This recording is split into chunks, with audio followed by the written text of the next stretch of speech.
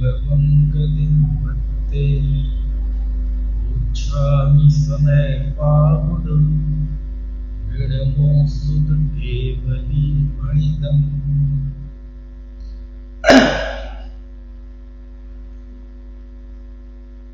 समय सार की 5वीं गाथा कल हमने 2 सेशन में देखी। तम एयत बेहत्तम दाये हम अब पढ़ो सभी भेड़ जदि दाये च प्रमाणम चुक्के च छलमण गीतव्यम।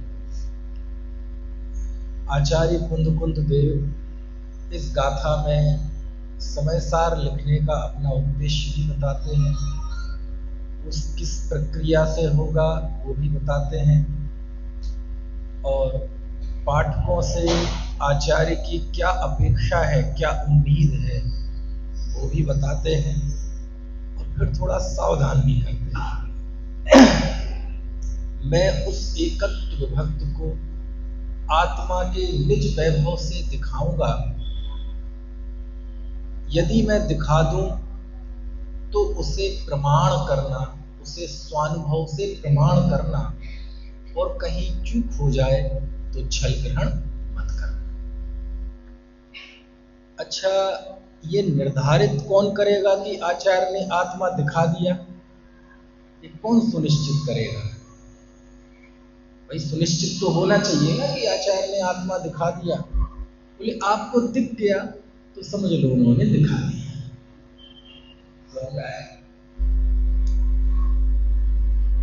आज हम थोड़े से आचार्य अमृतचंद देव के चरणों में जाएंगे, उनके चरणों में कुछ देर बिताएंगे। आचार्य अमृतचंद स्वामी जब इस गाथा की टीका करते हैं तो टीका करते हुए वो इस बात की जांच पड़ताल करते हैं कि कुंद देव की वाणी में जो ये आत्मविश्वास है, जो एक कॉन्फिडेंस है, ये कहाँ से आया। यानी वो इतने संवेग स्वर में ये कह रहे हैं कि मैं आत्मा दिखाऊंगा, और वो आत्मा दिखाऊंगा जिस आत्मा का मैंने स्वयं अनुभव किया है।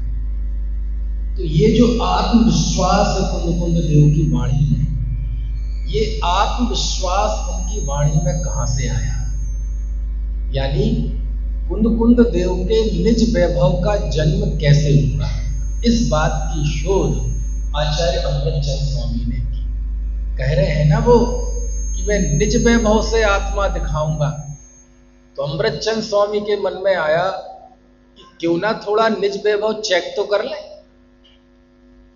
समझ में आया? क्योंकि आगे रिश्ता बहुत लंबा चलने वाला है, तो अभी सारी बातें स्पष्ट हो जाएं, क्लियर हो जाएं, तो आगे कोई विषमवाद की स्थिति नहीं खड़ी होगी। तो अमृतचंद स्वामी ने इस गाथा की टीका में आचार्य कुंद देव के निज वैभव का जन्म कैसे हुआ वो बात बताई, और उस बहाने आचार्य अमृतचंद स्वामी ने पूरी आत्मानुभव की विधि बता दी। क्या बता दी? आत्मानुभव की विधि। तो आज हम इसी पर बात करेंगे। ये ऐसा ही था कि जब भी कोई डॉक्टर से हमें अपना ऑपरेशन कराना हो तो हम चेक करते कि नहीं कि जो मुझे ऑपरेशन कराना है उसका स्पेशलिस्ट कोई डॉक्टर है कि नहीं। हार्ट सर्जरी कराना हो तो चेक करते हैं कि सामने वाला हार्ट का स्पेशलिस्ट है कि नहीं, उसके साथ स्पेशलिस्ट ही नहीं, वो हार्ट का सर्जन है कि नहीं, सर्जन होने के साथ साथ उसका ट्रैक रिकॉर्ड कैसा है, ये सारी चीज करते हैं। और वो कई बार तो यदि वो फॉरेन रिटर्न हो तो फिर तो बात ही अलग है। वैसे तो हमारे आचार्य कुंद देव भी फॉरेन रिटर्न में थे क्यों? क्योंकि ये सब जांच पड़ताल पहले करनी पड़ेगी। एक बार आपने ऑपरेशन थिएटर में चले गए फिर कुछ नहीं होगा, वहां तो फिर आप बेहोश होंगे। ऐसे अमृतचंद स्वामी ने कुंद देव इतने आत्मविश्वास से कह रहे हैं कि मैंने आत्मा का अनुभव किया है और वही आत्मा मैं दिखाऊंगा, निज वैभव से दिखाऊंगा। तो अमृतचंद स्वामी ने सोचा चलो जरा कुंद कुंद आचार्य की डिग्रियां चेक करें है? कहाँ की डिग्री है, कौन से विश्वविद्यालय की है, उत्तर प्रदेश के किसी फर्जी विश्वविद्यालय की तो नहीं है, समझ में आए ना, क्यों जी विश्व जी तो आचार्य कुंद कुंद के निज वैभव का जन्म कैसे हुआ, इस बात को आचार्य ने टीका में लिखा। मुझे ऐसा लगता है कि आवाज आने में कुछ दिक्कत आ रही है, हो रही है?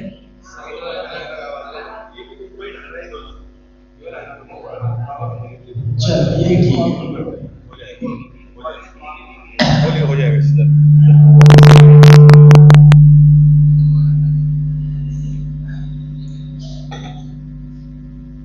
चलो कुछ मामला सुधरा?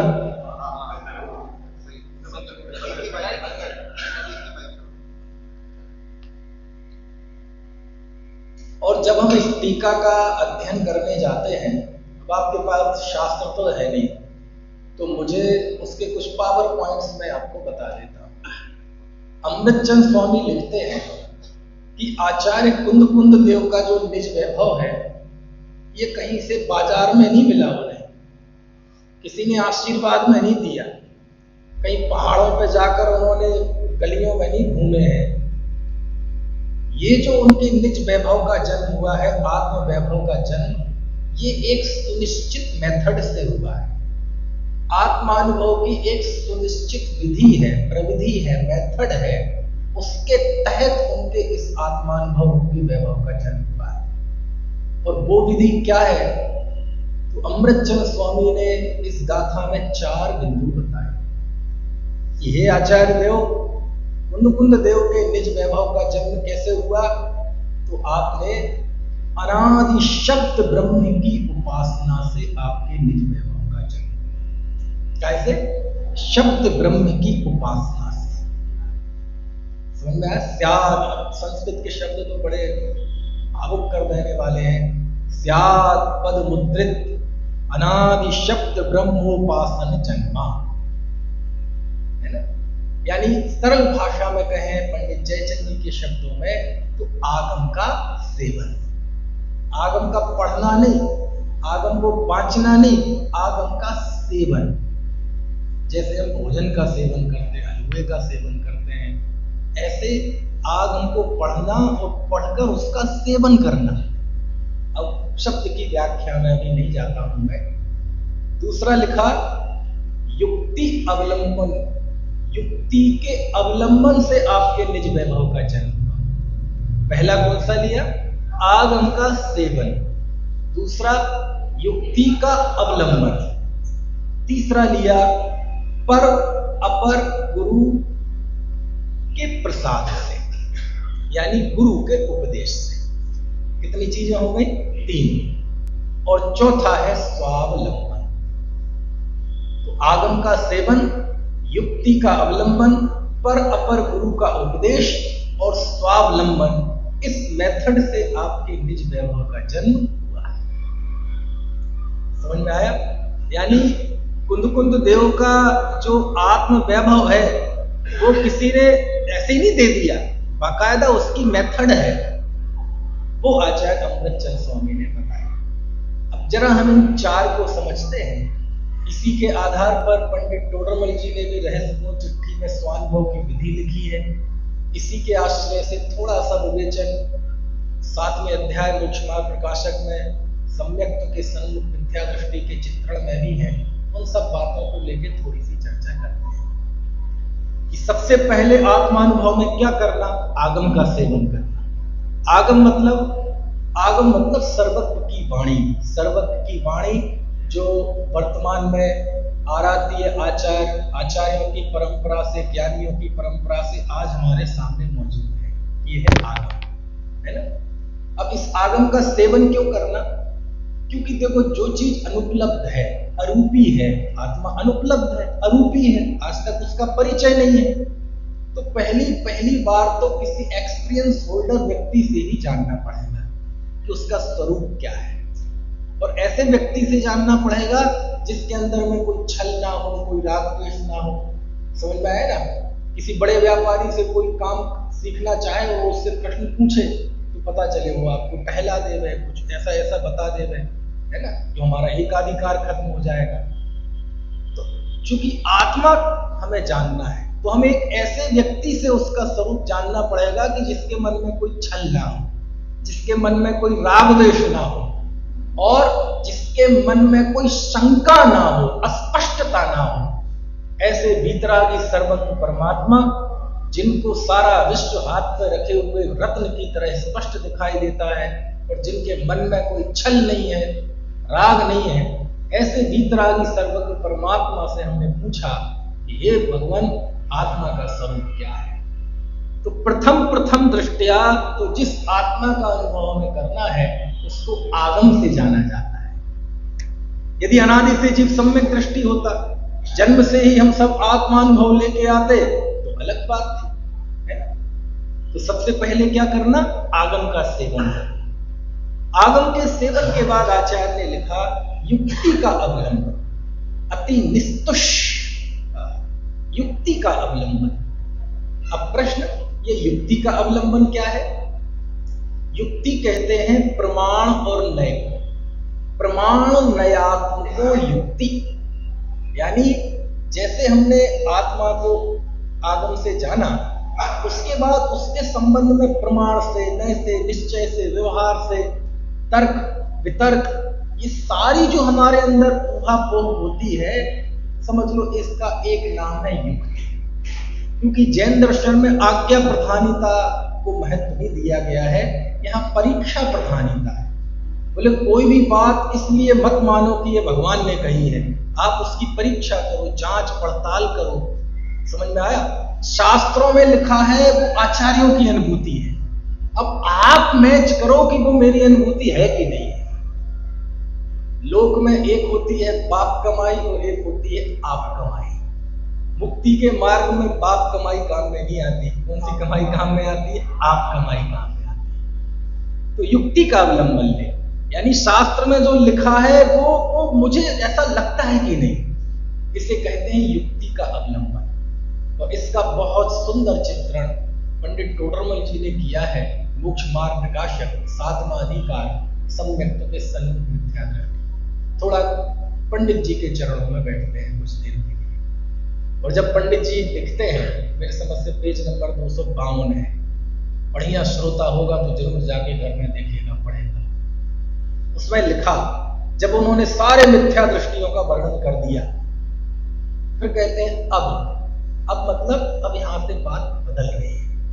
अब मैं ऐसे जीव की बात कर रहा हूं जो विचारशील है, तत्व ज्ञान के लिए, है ना, समझ लो ललक है, जिसको सम्यक की प्राप्ति के लिए रातों की नींद जिसकी गायब है, ऐसे सम्यक सन्मुख मिथ्या दृष्टि का वर्णन करते हैं। तो उसमें उन्होंने लिखा कि उसमें सबसे पहले जिस चीज को जानना है, 7 तत्व हैं, सबसे पहले उसका उद्देश्य जाने, लक्षण निर्देश जाने और फिर परीक्षा करें। तो उद्देश्य और लक्षण तो शास्त्र से जाने, उसमें तो उसकी बुद्धि नहीं है, लेकिन उसके बाद जो परीक्षा करे, जिसे यहाँ युक्ति का अवलंबन कहा जा रहा है, कहते हैं उसमें अपना विवेक चाहिए। तो वो क्या करता है कि शास्त्र में जो 7 तत्व पढ़े, भेद विज्ञान पढ़ा, वह क्या करता है? परीक्षा करता है। परीक्षा के लिए क्या करता है? वो एकांत में जाकर विचार करता है। कहाँ? शोरगुल में नहीं, एकांत में जाकर विचार करता है। क्या विचार करता है कि शास्त्र में जो लिखा है वो मुझे महसूस क्यों नहीं होता? समझ में? शास्त्र में लिखा है कि मोह से दुख होता है, लेकिन जब मैं तो परिवार के बीच में बैठता हूँ, बीवी बच्चों के बीच में बैठता हूँ, है ना, तो बड़ा आनंद आता है, घंटा पता नहीं चलता, कई घंटे यूं ही निकल जाते हैं। और प्रवचन में 1 घंटे बैठो तो कमर दर्द करने लगती है। मतलब ये वो एनालिसिस करता है, अपना बारीक एनालिसिस, विचार, कि शास्त्र में जो लिखा है वो मुझे भाषित क्यों नहीं होता, शास्त्र से मेरी अनुभूति मैच क्यों नहीं करती। शास्त्र कहता है कि जीव कर्म नो कर्म का करता नहीं है, शरीर का करता नहीं है, लेकिन मुझे तो ऐसा ही महसूस कर लगता है कि मैं ही खाता हूं, मैं ही पीता हूं, मैं ही उठता हूं, मैं ही परवरी की संसार मतलब बच्चों की परवरिश करता। शास्त्र में लिखा है कि आत्मा ज्ञान मात्र का करता है, लेकिन मुझे तो ऐसा महसूस नहीं होता। लो, मैंने क्रोध किया, अहंकार किया। शास्त्र कहता है कि विषयों में सुख नहीं है, लेकिन मैं तो जब एसी में बैठ के, है ना, और आइसक्रीम खाता हूं तो मुझे बड़ा आनंद आता है। मैं तो उस समय भूल जाता हूं, मेरे आत्मा का एक एक प्रदेश खिल जाता है।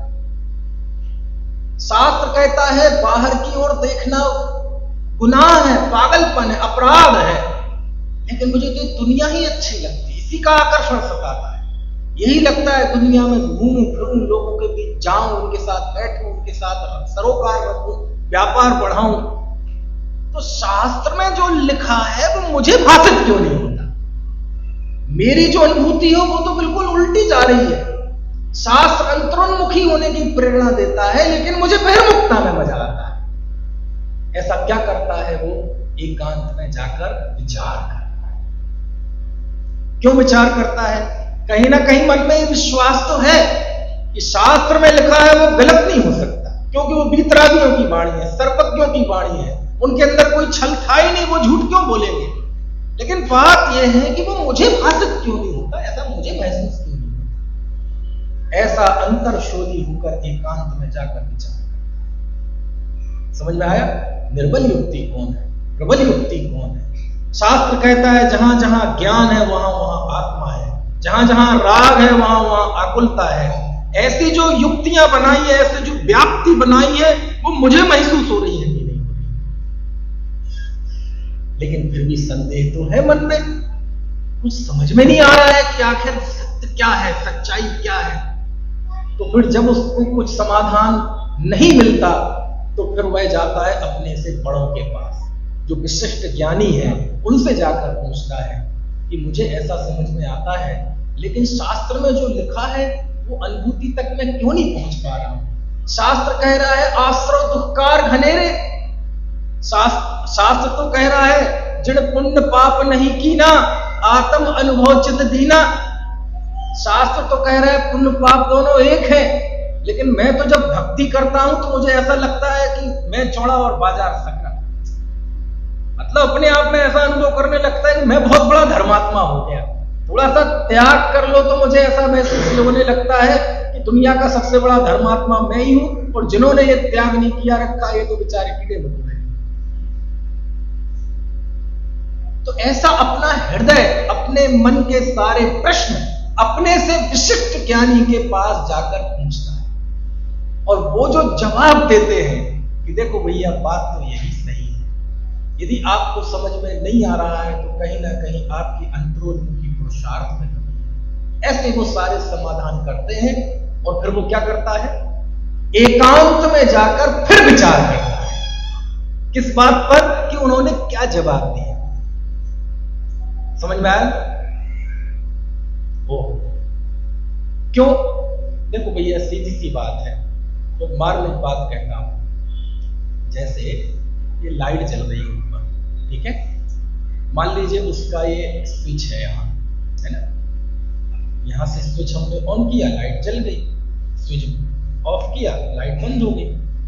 अब मान लो मैं ये स्विच ऑन करूं, ठीक है, और लाइट नहीं जली। मनीष, क्यों नहीं जली? जलनी चाहिए ना। अब यदि नहीं जल रही है, जैसे स्विच यहां लगे हुए हैं, यहां नहीं है ये लिख रहे हैं। अब मान लो वो स्विच हमने ऑन किया और लाइट नहीं जली, इसका मतलब क्या है? कि कहीं ना कहीं कुछ गड़बड़ तो है। आज की भाषा में कहें, मोबाइल की भाषा में, कोई ना कोई एरर तो है। एरर आते ना मोबाइल में। अब क्या क्या स्थिति बन सकती है? क्यों नहीं जल रही है लाइट? एक स्थिति तो इस वक्त हो सकती है कि लाइट खराब हो, ठीक है। दूसरी स्थिति क्या हो सकती है? स्विच खराब हो। तीसरी स्थिति ये हो सकती है कनेक्शन गड़बड़ हो। 3 स्थितियां बन सकती है ना, या तो लाइट खराब हो, या स्विच खराब हो, या कनेक्टिविटी सही नहीं हो, वायर में गड़बड़ी हो, कनेक्शन गड़बड़ हो। एक चौथी स्थिति जो यूपी वाला आदमी सोच सकता है, हो सकता है लाइट ही ना हो, करंट ही ना हो। जैसे आपके यहां जाती कि नहीं जाती है? चलो खुशी हुई सुनकर नहीं जाती है? अच्छा, तो फिर मैंने सही बोला मतलब है?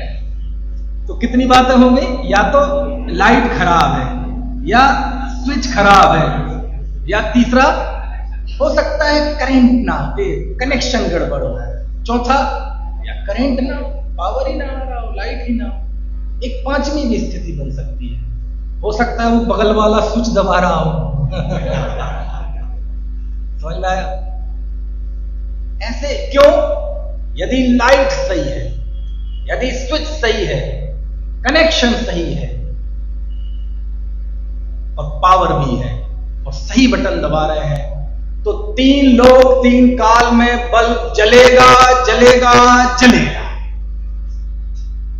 कोई शंका नहीं, और नहीं जल रहा है, इसका मतलब कहीं ना कहीं कुछ गोलमाल तो है।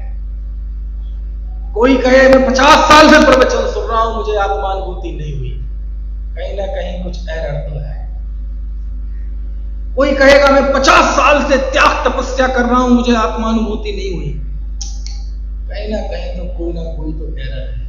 क्यों? कोई 50 साल आत्मानुभूति का पुरुषार्थ करे और उसे आत्मा ना मिले, ऐसा संभव है? क्यों?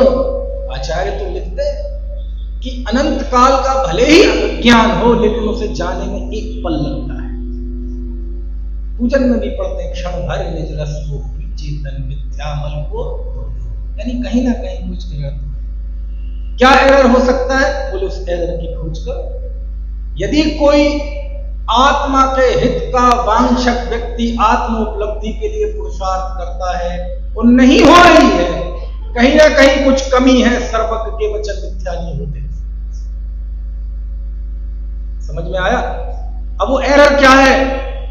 तो कुछ एरर देखो, हम देखते हैं। या तो जिस आत्मा का अनुभव हम करना चाहते हैं, या तो उस आत्मा के स्वरूप को आपने ठीक से नहीं समझा, या तो स्वरूप में विपर्य है, या फिर साधन में विपर्य है, या फिर उस आत्म उपलब्धि के लिए जो प्रयत्न होते हैं, साधन किया जाता है, हो सकता है उस साधन में कोई गड़बड़ी, हो सकता है आत्मा का स्वरूप ही सब, उस आत्मा में राग को मिलाता हो, शरीर को मिलाता हो, आकुलता को मिलाता हो सकता है विषय स्पष्ट ना हो, और आत्मा का स्वरूप तो बिल्कुल स्पष्ट है, लेकिन हो सकता है उस आत्मा की प्राप्ति के साधन जो है उसमें कुछ गलती कर रहा हो सकता है वो 2-4 पूजा करके ये मानता हो कि मैं आत्मा मिल जाएगा, हो सकता है वो ये मानता हो कि मैं स्वाध्याय कर रहा हूँ, शास्त्र लिख रहा हूँ, टीका कर रहा हूँ, गीत बना रहा हूँ, इससे मुझे आत्मा मिल जाएगा, हो सकता है वो ये समझे मैं प्रवचन करता हूँ, प्रभावना करता हूँ, इससे मुझे आत्मा मिल जाएगा, हो सकता है वो ये समझे कि मैंने कुछ नियम ले रखा है, व्रत ले रखा है, इससे मुझे आत्मा मिल जाएगा,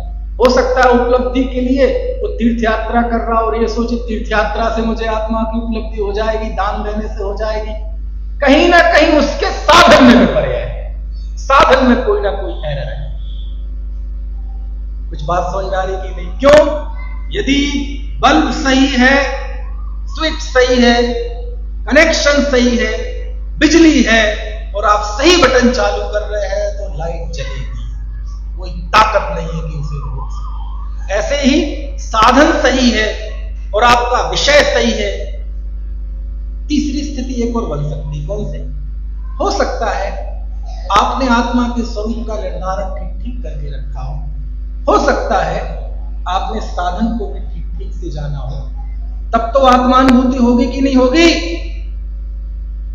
फिर भी नहीं हो रही है तो हो सकता है कुछ करंट की कमी, काय की कमी हो? करंट की मतलब आत्म उपलब्धि, आत्मा और उसके साधन का बौद्धिक तौर पर तो हमने एक निर्धारण कर लिया, लेकिन आत्म उपलब्धि के लिए जो भीतर में पुरुषार्थ चाहिए, जो ललक चाहिए, जो समर्पण भाव चाहिए, हो सकता है उसकी कमी। समझ में आया ना? कहीं ना कहीं कोई एरर तो है, अन्यथा 50 साल नहीं लगते, 50-20 साल नहीं लगते, अंतर मुहूर्त में आत्म उपलब्धि। ये मैं वर्णन नहीं कर रहा हूं, इसको इशारे में पंडित टोड रमन जी वर्णन करते हैं। कैसा? कि एकांत में जाकर विचार करता है। क्या विचार करता है? निर्बल युक्ति कौन है, प्रबल युक्ति कौन है, शास्त्र में जो लिखा है मुझे भाषित क्यों नहीं होता, इससे अन्यथा भाषित क्यों होता है, शास्त्र में तो मोक्ष को सुख कहा है, आत्मिक सुख को सुख कहा है, इंद्रिय सुख को अविच्छिन्न अकुलता सहित कहा है, लेकिन मुझे तो उसमें अच्छा लगता है। चलो चलो गुरु जी से जाके पूछते हैं। उन्होंने जो जवाब दिया, हाँ बात तो इन्होंने सही कही, फिर से एकांत में जाके विचार करना है, लेकिन बात बन नहीं पा रही है, वहां तक हम नहीं पहुंच पा रहे हैं। तो फिर लिखा पंडित टोडरमल जी ने कि वो अपने समान बुद्धिधारी के जो जीव होते हैं, अपने साधर्मी, उनसे जाकर बात करता है। क्या बात करता है कि मुझे ऐसा समझ में आता है, आपको कैसा समझ में आता है। साधर्मियों से चर्चा करता है, साधर्मियों से वार्ता करता है, उनके सामने अपना हृदय खोल के रखता है और साधर्मियों से समझाता है कि देखो जो लिखा है वो सत्य है, कहीं ना कहीं हमारे समर्पण में कमी है, वो उसे समझाता है। तो फिर वो क्या करता है, फिर एकांत में जाकर विचार करता है। पूछना, जवाब दिया, फिर एकांत में जाकर विचार ये करता है। समझ में आती है बात की? ये कौन लिख रहा है? एक आचार्य कल पंडित टोडरमल जी। पागल जैसा हो जाता है वो व्यक्ति। कैसा हो जाता है? पागल की तरह।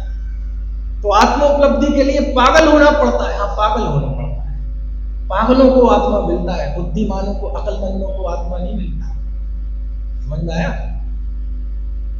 दुनिया में इतिहास बनाने वाले सिरफिरे और पागल लोग ही होते हैं।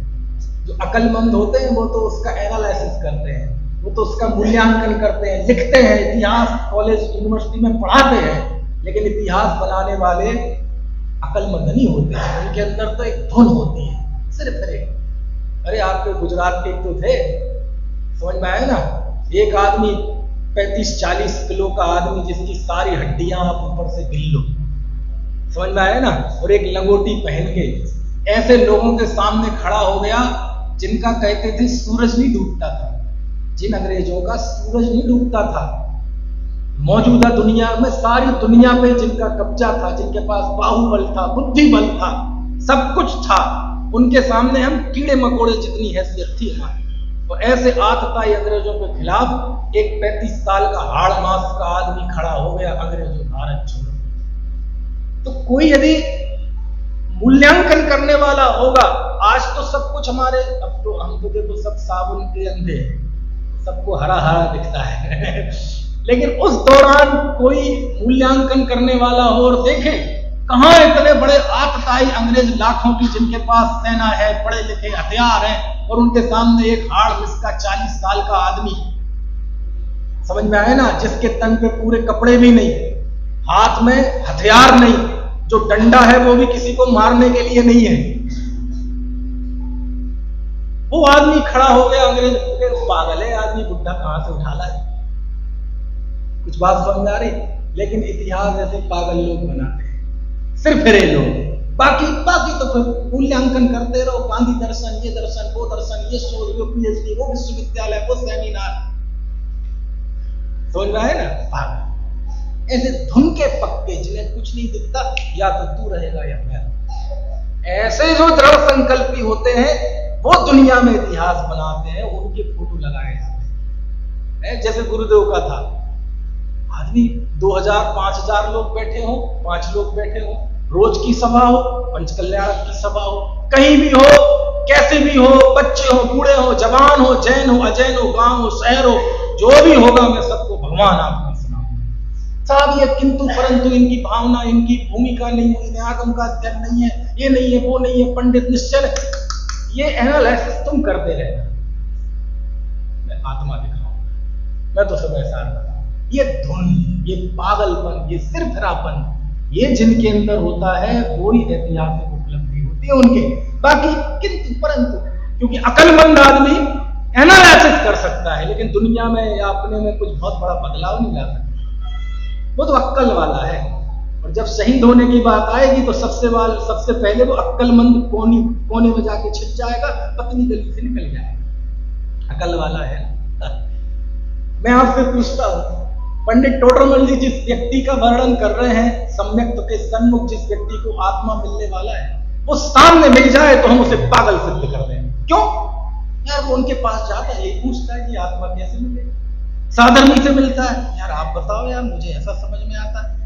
यदि ऐसा हमारे बीच में कोई ऐसा व्यक्ति आ जाए जिसका वर्णन पंडित जी कर रहे हैं, सच में हम उसे पागल घोषित कर देंगे। और हो सकता है आप उसको आते हुए देखकर रास्ता बदल लें, अभी यही बात करेगा।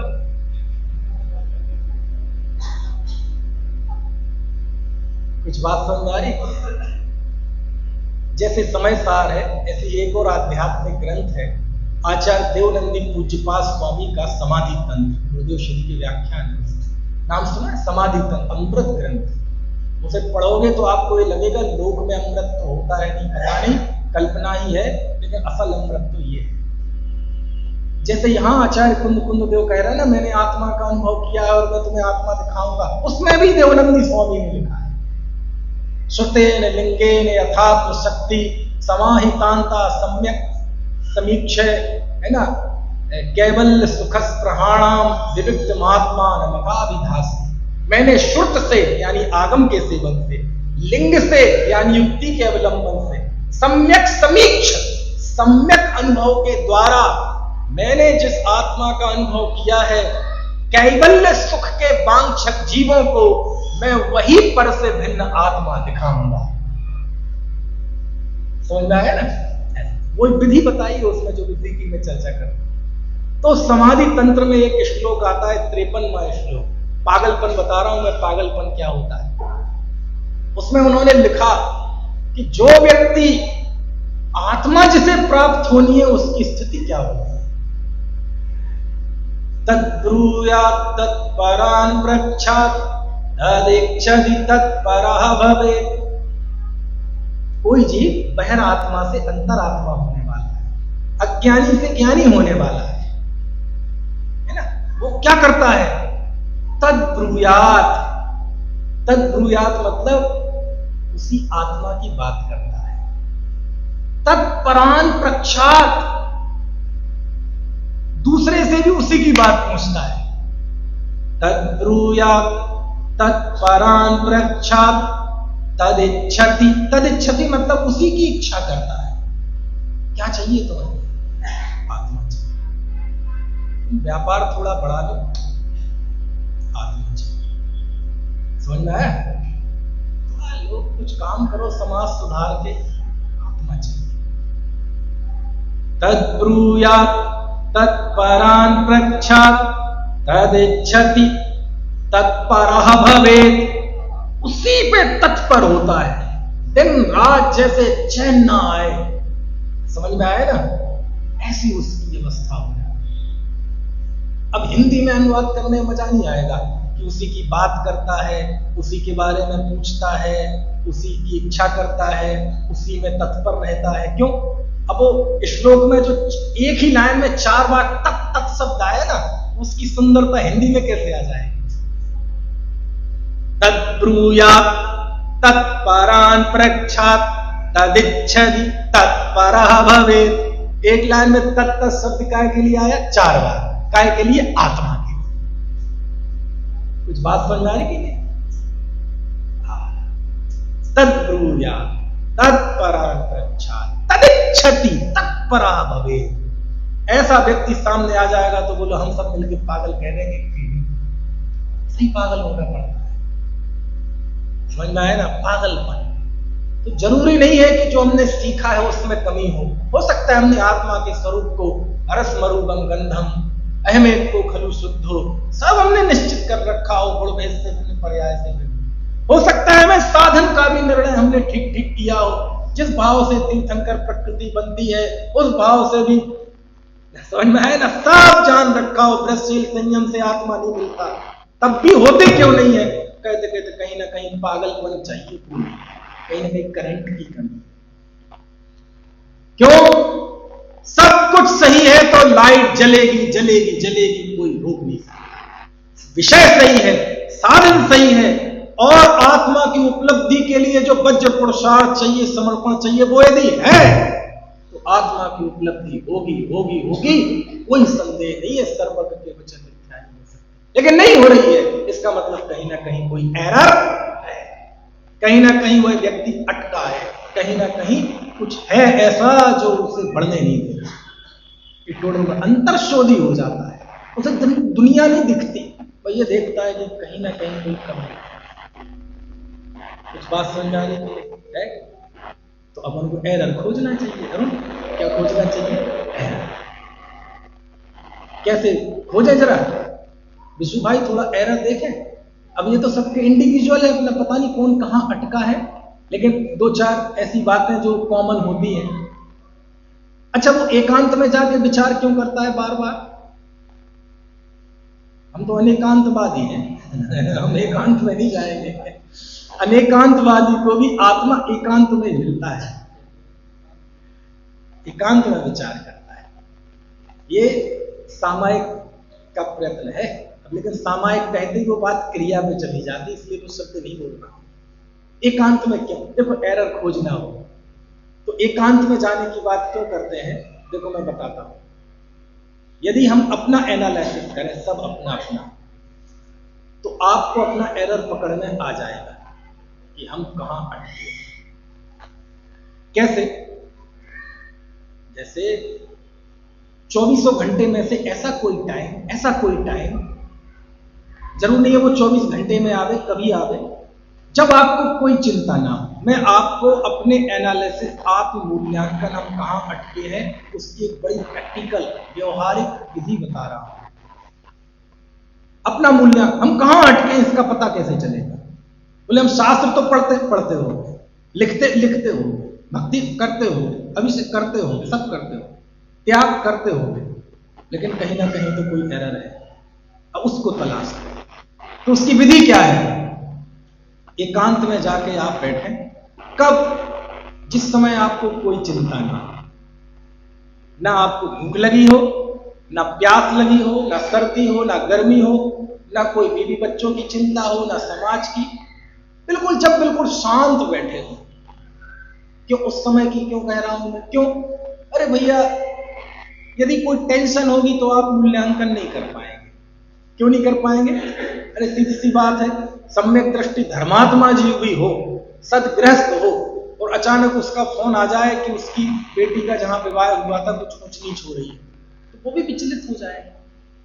सम्यक दृष्टि ज्ञानी धर्मात्मा भी हो और उसके घर में टेंशन हो, मां बीमार हो और हॉस्पिटल ले जाना हो, तो वो भी विचलित हो जाएगा। सम्यक दृष्टि भी और पता चले फैक्ट्री में आग लग गई तो उसे भी चिंता हो जाएगी। सम्यक दृष्टि धर्मात्मा भी हो, प्रतिमाधारी भी हो और बहुत तेज गर्मी हो तो वो भी थोड़ा सा विचलित हो जाएगा। बहुत ठंड हो तो वो भी विचलित हो जाएगा, क्योंकि मुनि तो है नहीं, अभी परिचय जयी तो है नहीं। इसलिए मैं कैसी बात कर रहा हूं? कोई चिंता नहीं है, ना खाने की भूख प्यास, सर्दी गर्मी, दुकान मकान, बिल्कुल आप शांत अपने कहीं घर में या कहीं बैठे हो। क्यों? शांत पानी में ही अपना चेहरा दिखाई देता है। यदि पानी उथल पुथल भरा हो तो चेहरा दिखाई नहीं देता। उस समय आप अपना मूल्यांकन करो। समझ में आया? देखो, यहां एक घड़ी लगी है, ठीक है? एक घड़ी में आवाज आ रही है, टिक टिक टिक टिक टिक टिक टिक टिक टिक टिक टिक आ रही है। कितने लोगों को सुनाई दे रही है? हाथ खड़ा करो जरा। किसी को सुनाई दे रही? नहीं सुनाई दे रही? नहीं सुनाई। लेकिन है टिक टिक की नहीं? टिक टिक है कि नहीं? लेकिन सुनाई क्यों नहीं दे रही?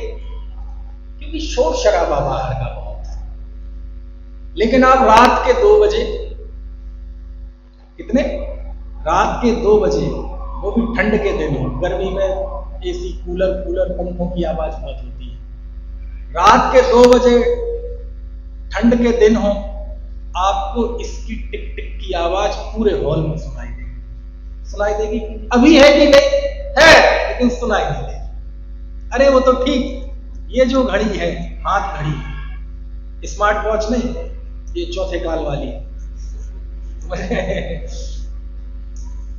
तो ये घड़ी, इसमें भी टिक टिक की आवाज।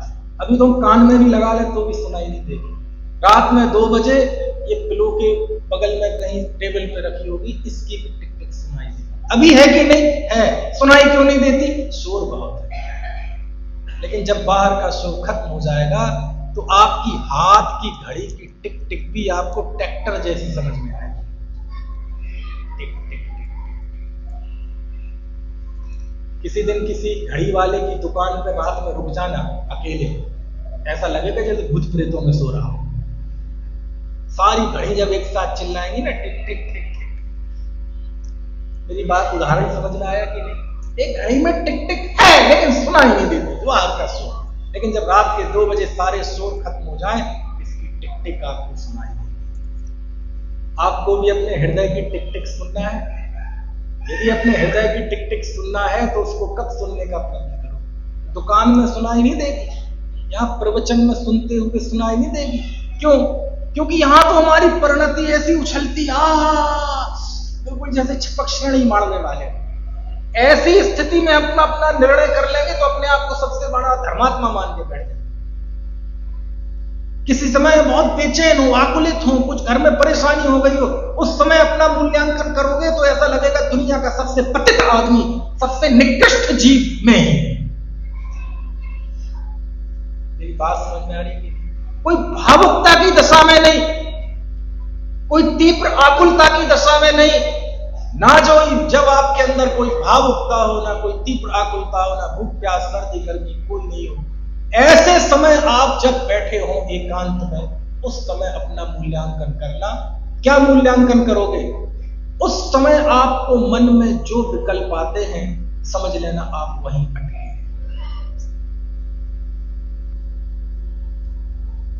कैसे? बिल्कुल शांत, कोई चिंता नहीं है, और ऐसे शांत बैठे हैं और आपको विचार आता है कि वो काम तो ठीक चल रहा है, घर गृहस्थी का व्यापार भी ठीक हो गया है, दाल रोटी चल रही है, वैसी कुछ कमी नहीं है, लेकिन अगली पीढ़ी के लिए क्या व्यवस्था की जाए? थोड़ा इनके लिए एक आध प्रॉपर्टी खरीदी जाए तो इनका भविष्य सुरक्षित हो जाए। बोलो, आत्मा मिलेगा कि नहीं मिलेगा? क्यों नहीं मिलेगा? वो जो आपके पल थे, जिन पलों को आपसे कोई नहीं छीन सकता, जो आपके व्यक्तिगत पल थे, जिनमें आपके अलावा कोई नहीं था, उस समय भी पर का विचार क्यों आया? नहीं साहब, हम प्रवचन तो सुनते हैं, गुरुदेव का दोनों टाइम बराबर साथ पढ़ते हैं, शिविरों में वो जाते होंगे,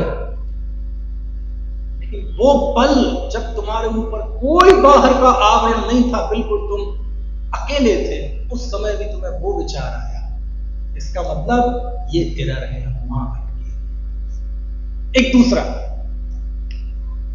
पैसा तो बहुत है, बहुत पैसा है, कई फैक्ट्रियां हैं, गाड़ियां हैं, ऐसे कोई कमी नहीं है, 7 पीढ़ी बैठ के खाएंगे, लेकिन इज्जत नहीं है। क्या नहीं है? इज्जत नहीं है समाज में। चलो एकाध पंचकल्याण कराया जाए, शिविर लगाया जाए, शास्त्र छपवाए जाए, मंगल कलश की बोली दी जाए, झंडारोहण की बोली दी जाए, ताकि इज्जत तो बने। आत्मा मिलेगा कि नहीं मिलेगा? क्यों नहीं मिलेगा? उन पलों में भी तुम्हें आत्म विचार दिया। इसका मतलब कहां अटका है जी? इज्जत में अटका है। उसे इज्जत चाहिए। वो भगवान आत्मा की बातें करता है, छल करता है भगवान से, कुंद कुंद देव से, गुरुदेव से छल कर रहा है। उसे दरअसल इज्जत चाहिए, प्रशंसा चाहिए, मान चाहिए। एक तीसरा आदमी, इसे माननी चाहिए, इसे दुकान व्यापार नहीं चाहिए। बोले देखो, घर घर में जनवाणी पहुंचना चाहिए, सारी दुनिया भगवान आत्मा की बात समझे। कैसे गुरुदेव की वाणी जन जन में, गांव गांव में पहुंचे, शिविर लगवाए जाए, जनवाणी छपवाई जाए, जन जन में जनवाणी पानी चाहिए। बोलो, आत्मा मिलेगा कि नहीं मिलेगा? क्यों नहीं मिलेगा? यद्यपि प्रभावना की भावना ज्ञानियों के अंदर भी सहज होती है, लेकिन ये पल तुम्हारे अपने थे। समझ में आया ना? इन पलों में भी तुम्हें लोक का विचार क्यों आया? ये वो पल थे कि जिस समय पर का विचार आना अपराध है, पर का विचार आना यह पात्रता है। वो आपके पल जहां आप पे कोई आवरण नहीं है, कोई जिम्मेदारी नहीं है, उन पलों में भी यदि आत्म विचार नहीं होगा तो इनसे बढ़िया पल और कौन से होंगे? इनसे बढ़िया पल कोई आ सकते हैं? यानी जिस समय बिल्कुल लौ जल रही थी, बिल्कुल शांत थी, उस समय कौन सा हवा का झोंका आया कि जिसने आपकी लौ को, वो हवा आपकी दुश्मन है। समझ में आए ना? है? उस समय प्रभावना के विकल्प, शास्त्र लेखन के विकल्प, लोग जिनवाणी पढ़े, मंदिर पढ़ाएं, मूर्ति स्थापित करें, वो विकल्प भी उस समय क्यों आ रहे हैं? नहीं, क्षणिक आ जाए वो बात अलग है, लेकिन आपका मन क्या बोलता है, आपका अंतर्मन कहां झुक रहा है, उससे आपका पता चलेगा। जरूरी नहीं है कि हमने कोई शास्त्र पढ़ने में, उसको समझने में भूल की हो सकता है सब कुछ ठीक कर रखा हो, लेकिन जितना समर्पण चाहिए, जितना पागलपन चाहिए, धुन चाहिए, वो ना हो, करंट ना हो। कुछ बात समझ आ रही है? कहीं ना कहीं कोई कमी तो है, कहीं ना कहीं कोई एरर है। ऐसा वह विचार करता है। अब ये कहां आएगा? वो टिक टिक सुनना है, अपने दिल की टिक टिक ऐसे सुन सकते हैं। अब इसमें कोई नहीं बताएगा, कोई बगल वाला नहीं बताएगा, आपको अपनी टिक टिक खुद सुननी पड़ेगी, क्योंकि दूसरा होगा तो वो टिक टिक सुनाई नहीं देगी। हाँ भाई, ये टिक टिक सुनाई दे रहे, कोई दूसरा कमरे में आ जाएगा तो ये टिक टिक बंद हो जाएगी। बंद हो जाएगी मतलब सुनाई नहीं। ऐसे ही दूसरा उस जोन में दूसरा आ गया तो टिक टिक सुनाई नहीं देगी। इसलिए भावुकता के क्षणों में, जिनवाणी पठन पाठन के क्षणों में, लेखन के क्षणों में, अथवा और दूसरे काम, पाप काम के समय अपना मूल्यांकन मत करना। क्यों? उस समय आपको अपना अज्ञान, आपकी अटक कहां अटके हैं वो पकड़ में नहीं आएगा। क्यों? वो उस समय शोर शराबा बहुत है, कैसे समझोगे आप? मैं जिनवाणी लिख रहा हूं, भावुक हो जाता हूं एकदम, कभी कभार कई देर तक तो आंसू बहते हैं आनंद में, कभी आनंद में, कभी अलग तरह से। अब मैं उस समय सोचूं, अब मैं अपना मूल्यांकन करूं तो मुझे ऐसा लगेगा मुझसे बड़ा तो कोई धर्मात्मा है ही नहीं। एरर पकड़ में नहीं आएगा, अपना अज्ञान पकड़ में नहीं आएगा। भावुकता, मैं प्रवचन कर रहा हूं उस समय, या आप सुन रहे हैं, मैं इस समय अपना मूल्यांकन करूं कि मेरा एरर कहां है, मैं कहां अटका हूं, नहीं पकड़ में आएगा। क्यों? क्योंकि इस समय तो मेरे ऊपर आचार्य कुंद कुंद देव विराजमान है। ये जुबान से निकल रहे हैं कुंद कुंद देव की गाथाएं। अमृतचंद अभी पूज्यपाद स्वामी का सुनाया, टोडरमल जी का सुनाया, अभी तो वो निकल रहे हैं। अब मैं मूल्यांकन करूंगा तो गलत मूल्यांकन करूंगा, आप इस समय अपना मूल्यांकन कर लेंगे तो गलत मूल्यांकन करेंगे। इसलिए टोडरमल जी ने लिखा कि ज्ञानियों से जाकर पूछता है, जो उन्होंने जवाब दिया फिर एकांत में जाकर विचार करता है, समझ में नहीं आ रहा है साधर्मियों से जाकर पर उस पर चर्चा करता है, फिर एकांत में जाकर विचार करता है।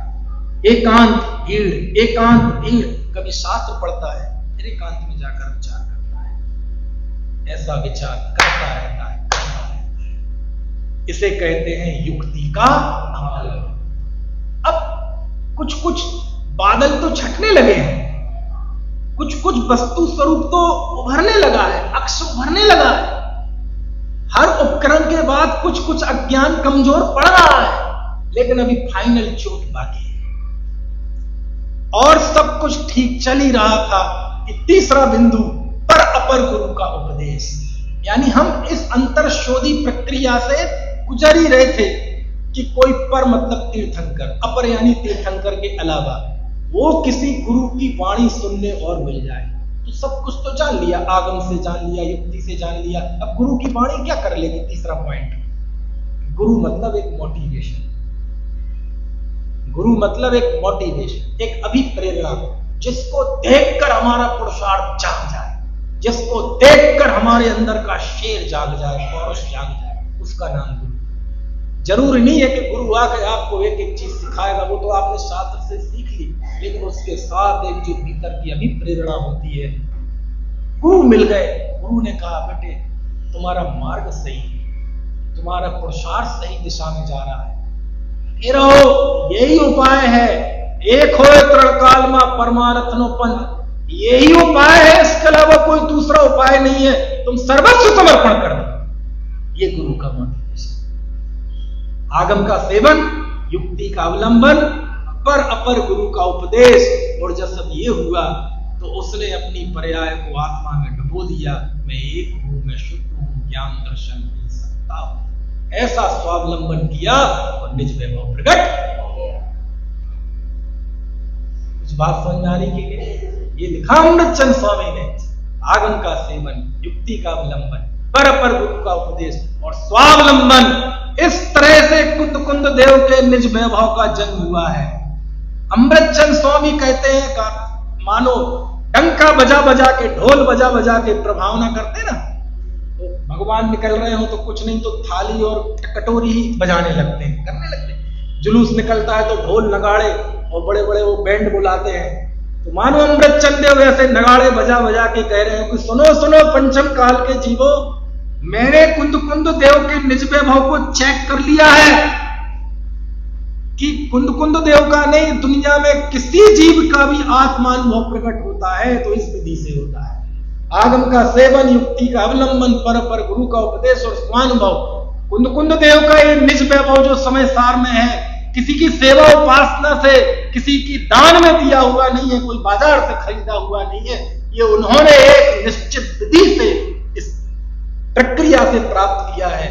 इसलिए हे पंचम काल के जीवो, तुम कोई चूक मत जाना, तुम मीन में मत निकाल लेने लगना, तुम किंतु परंतु अगर मगर में मत फंस जाना।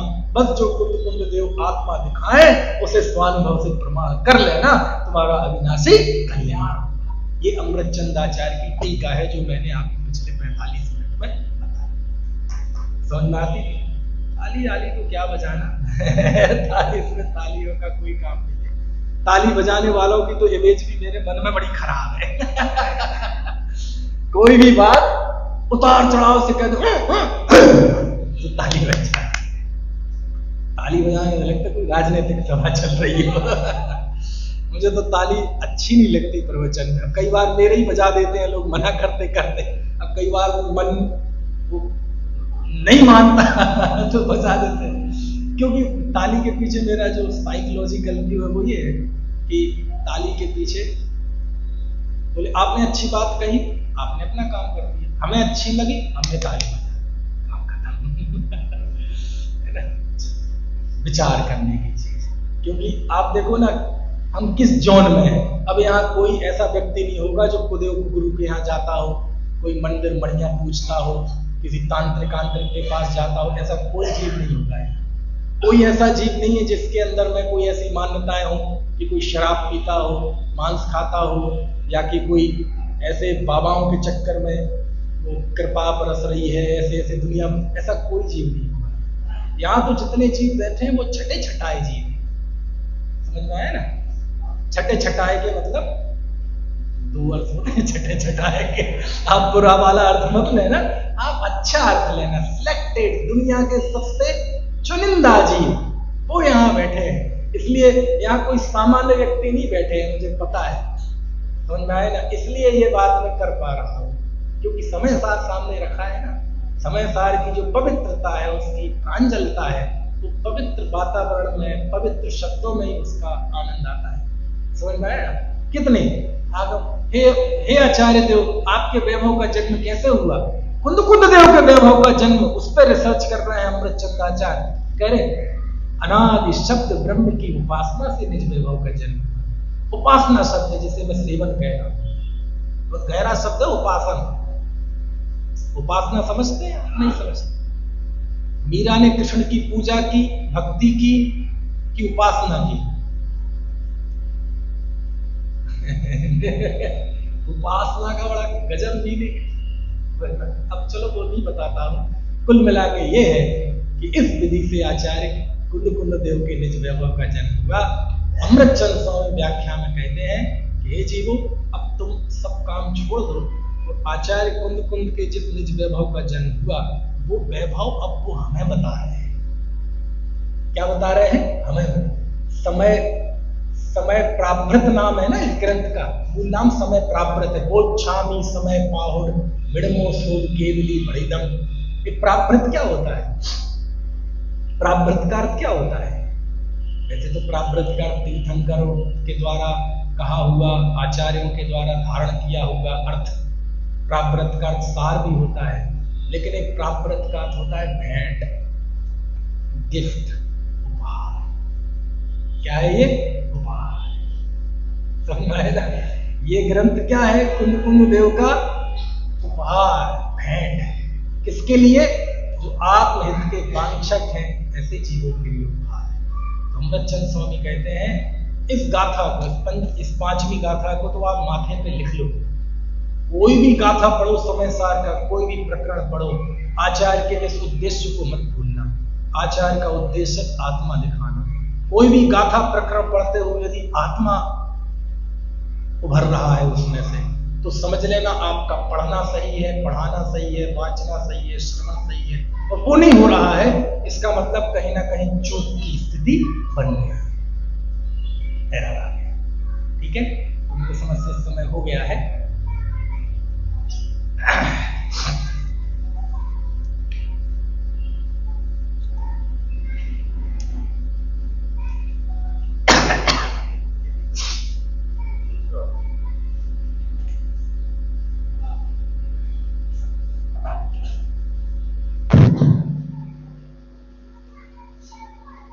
किसी के अच्छे कार्य को देखकर ताली बजा देना अलग बात है, और उस कार्य को, उस बात को अपने जीवन में अपना लेना एक महान बात है। तो आचार्यों के इन वाक्यों को, इन सिद्धांतों को, इन शिक्षाओं को हम सब अपने